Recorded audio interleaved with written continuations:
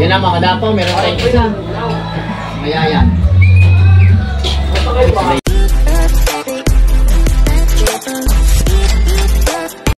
Yun, what's up mga dapaw, no? Welcome back sa ating channel, Aklan Flyers TV. So for today's video mga dapaw is, so yan mga dapaw, ito na yung hinihintay nating lahat, yung final lap sa ni NTK mga dapaw, no? So ito nga yung pinakamahirap na karera dito sa south natin, dito sa Aklan.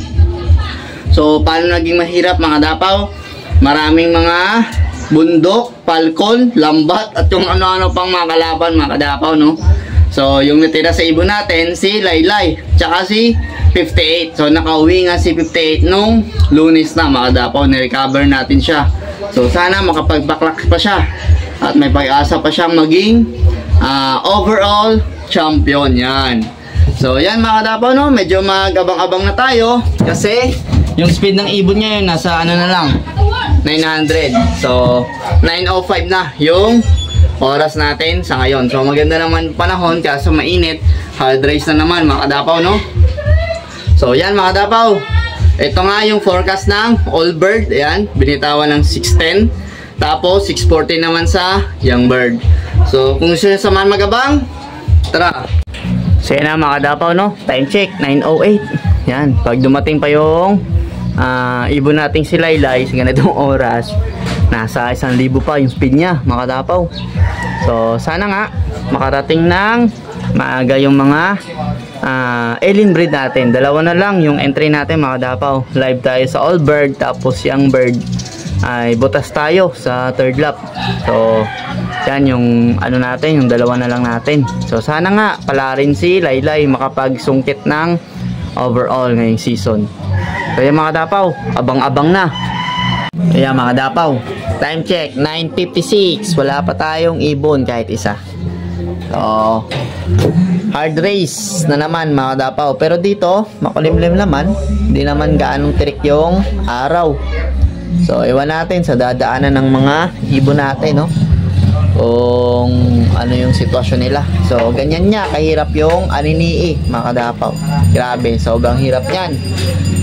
So hindi natin alam kung ano yung nangyayari sa ibon natin pag binitawan na. So alam lang natin na gusto natin makauwi yung mga ibon natin. So yan lang yung alam natin. So bibigay natin lahat sa ibon natin para makauwi sila. Bahala na lang yung ibon kung gusto nilang umuwi o hindi. Huwag lang silang madisgrasya, no, mga dapaw. So si 58 nung umuwi yun, tumukod, nagpotek, yan. Hindi niya kinaya. So pero nakauwi siya ng Lunes. So abang-abang pa mga dapaw. Maaga pa naman. Yan na mga dapaw, meron tayong isa. Mayayan. Laylay. Mga dapaw, clock na natin si Laylay. Yan siya, oh. Ngal pa siya, oh. So ito yung sticker niya mga dapaw. Maintain lang yung speed niya sa 600. Nako. Ayan yung sticker niya. Ayan, oh. Oh, malabo, ah. Yan. 911-36491. Ayos mga dapaw. Clock na natin si Laylay. Complete clocking siya. So ayawan natin kung makakapasok to sa overall. Yan. Good job Laylay. Complete clocking. So hinihintay na lang natin si 58. So goods na mga dapaw. Abangan pa natin si 58. So yan mga dapaw, time check 10:03. Yan. Cut off natin dito sa Young Bird 11:38. Nakaklap pa si Laylay. Ayos. Si Laylay mga dapaw, oh. Lilimlim na siya, oh. Ito yung pares niya. All goods na si Laylay, oh. Parang walang nangyari, ah. So complete clocking siya. Di natin alam kung pasok siya sa overall champion, sa top 11. Saan siya? So ito nga, Green Lantern. Abangan pa natin yung Young Bird natin. So time check na 10:13. So 11:38 cut off natin. So ayos. Apat pa lang yung nag-clock sa Young Bird. So congrats sa mga nakapagpaklak ng maaga. So tayo abang-abang pa. So, may pag-asa pa si 58. So, ayos. Yan mga dapaw, time check. 10:32. Yan, wala pa si 58. Siya na lang yung inintay natin mga dapaw. Sana nga makapag-clock pa siya. Yan, kumain na tayo. Medyo energetic na ulit. Pero yung ibon natin, wala pa. Siya na lang yung kulang sa team natin. Sana mag-clock pa siya. Haba pa yung oras mga dapaw, 11:38 pa. Isang oras pa may get yung oras niya para makapagpa-clock. Umuwi siya.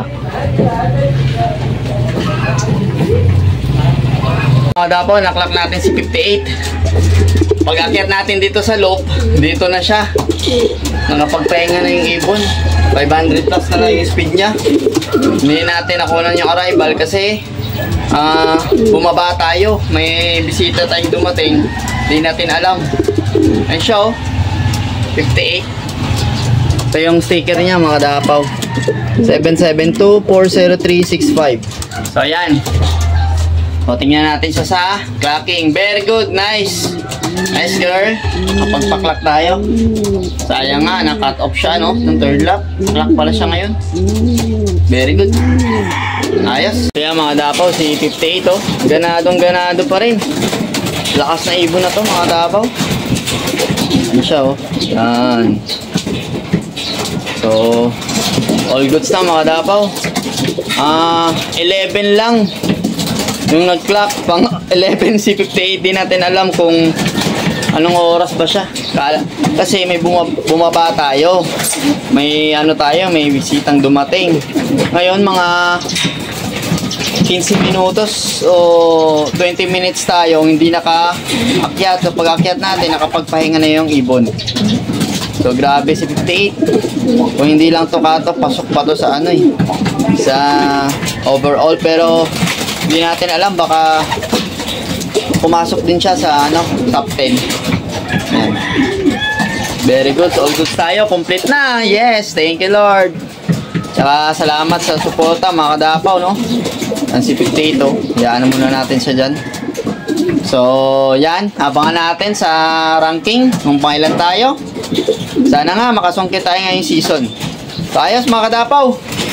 Very good. Salam nyo na ha. God bless.